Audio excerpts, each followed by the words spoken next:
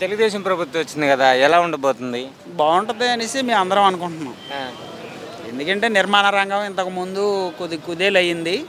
ఇప్పుడు నిర్మాణ రంగం బాగుంటుంది, మాకందరికీ పనులు ఉంటాయని మేము ఆశిస్తున్నాం. ఇప్పుడు చంద్రబాబు నాయుడు గారు ఫ్రీ ఇసుక అని చెప్పేసి తీసుకొస్తున్నాడు కదా, మరి ఎలా ఉండబోతుంది? మంచిదే, మాకందరికీ మంచిదే. బిల్డర్లకు కూడా బిల్డర్లు ఈరోజు వాళ్ళు బాగుండి 4 బిల్డింగులు కడితే మాకు పని దొరుకుద్ది. ఈ నిర్మాణ రంగం మీద 32 వృత్తుల మంది మేము ఆధారపడి ఉన్నాం.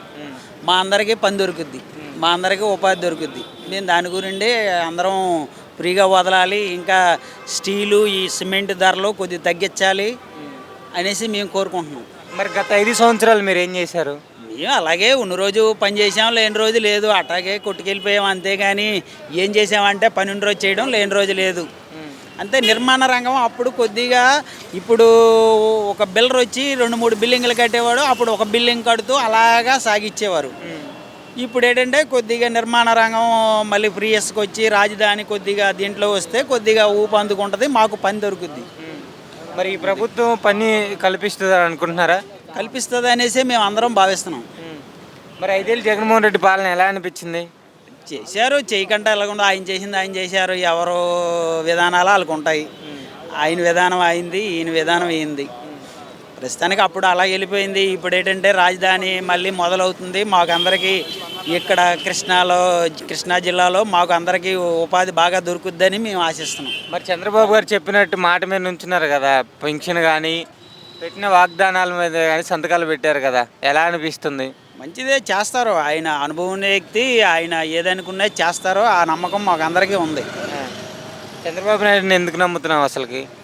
ఆయన ఇదే కాదు, అప్పుడు హైదరాబాద్ని డెవలప్మెంట్ చేయడం కానీ, ఇప్పుడు ఇది కానీ అన్నీ కూడా చేస్తారు. ఆయనకి నమ్మకం, ఆయన సీనియారిటీని బట్టి అందరికీ నమ్మకం ఉంది.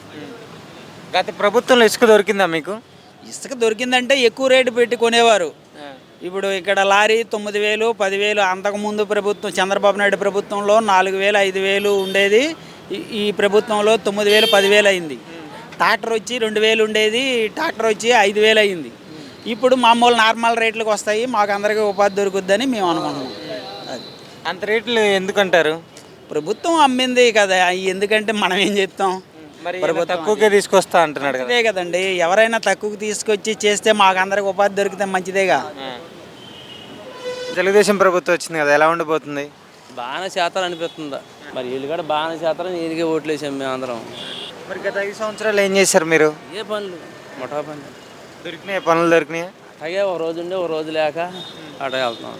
మరి ఇప్పుడు చంద్రబాబు నాయుడు గారు ఫ్రీ ఇసుక తీసుకొస్తానని చెప్తున్నాడు కదా, దానిపై మీ అభిప్రాయం ఏంటి? తీసుకొచ్చి తీసుకురావచ్చు, ఆయన మనాటగా ఇచ్చాడు 5 సంవత్సరాలు.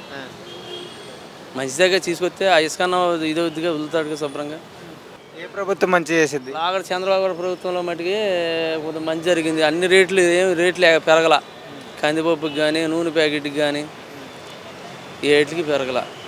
ఈయన ఎక్కాడు, ఫ్రీగా అన్నాడు, అన్ని పథకాలు ఇచ్చాడు. ఈయన రేట్లు ఎక్కువైంది. 5 ఏళ్ళు రేట్లు ఎక్కువే. మంచిగా ఇది వరకు కందిపప్పు ఎంత ఉండేది? 70 రూపాయలు ఉండేది. ఇప్పుడు ఎంత ఉందో? 200 ఉంది. మంచినూనె ప్యాకెట్ ఉందా? ఫస్ట్లో 200 ఉంది. సీపుని ఎక్కడ 50 రూపాయలు చంద్రబాబు ప్రభుత్వం. ఒక క్వార్టర్ తాగేవాడు, 2 క్వార్టర్లు అయితే కంబ పడుకునేవాడు. ఈయనేమో ఫస్ట్లో 160 పెట్టాడు క్వార్టర్కి వచ్చి. మందులో పెంచాడు, అన్నింటిలో పెంచారు వీళ్ళు. మళ్ళీ దాంట్లో లైన్లో నుంచోవాలి మోయిన్స్ కాడ. బార్లోకి వెళ్తే 70 రూపాయలు పెంచు. మా ఇద్దరు 500 రూపాయలు, 800 రూపాయలు పని చేసి వచ్చి 2 క్వార్టర్లు దగ్గర పొద్దున సాయంకాలం 2 క్వార్టర్లు అయితే ఇంటికి పెట్టుకెళ్తాడు.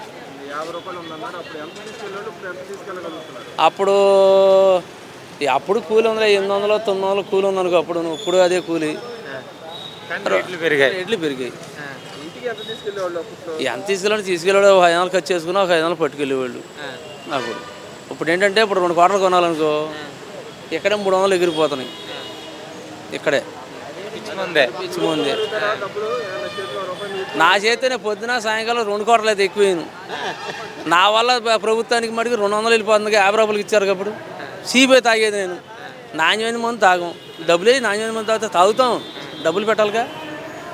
2 క్వార్టర్లు కొనాలి రోజుకి 400 వెళ్తాయి. ఇక మన 800 రూపాయల కూల్లో మరి 400 అయితే 400 ఎట్టి ఇంకా ఎచ్చాలి. ఏం కొంటాం ఇంకా కనమై.